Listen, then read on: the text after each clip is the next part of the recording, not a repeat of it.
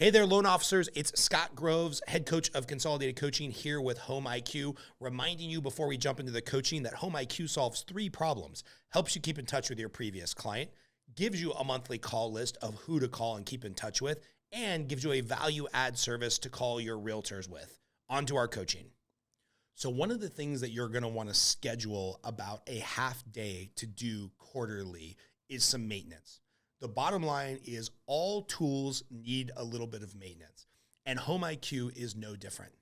HomeIQ does a great job of pulling all of the available public data that is relevant to your business and the realtors you do business with, but there is going to be some missing fields. So what you're going to want to do, schedule this maybe once a quarter, the first Thursday of the month, and you're going to go in here and you're going to address all your problem files.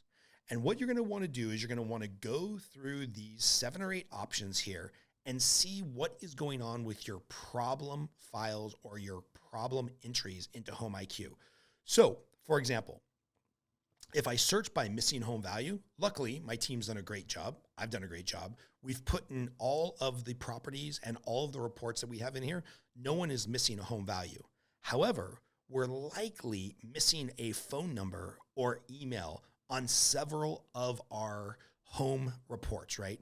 And if you're missing an email, then the report will not go out. If you're missing a phone number, it's probably not the end of the world, but it's just good to have data integrity. So what I would recommend is once a quarter, you go in here, you see all of the people that are missing either a phone number, an email address, the fees or the loan amount hasn't been updated, and you go back to your loan operating system, you go back to your information in your database on these clients and you update the information. So for example, one thing that I'm missing here is I've got 1, 2, 3, 4, 5, 6, 7, 8, 9, 10 people who are missing emails, which means we have an active report in the system, but they're currently not getting that data every month because we don't have an email. So for myself, I'm going to screenshot this and send this to my assistant and let them know, hey, what we got to do this week is we got to make sure that all of these homeowners have an email in HomeIQ, because right now we have 10 people we could be doing a better job of following up with, and we're not. Similarly, you want to go in here and check to see selling fees or refinance fees. One of the things that will happen in the HomeIQ report when the client gets it is it's going to show them, hey, what would your net proceeds be if you sold your house?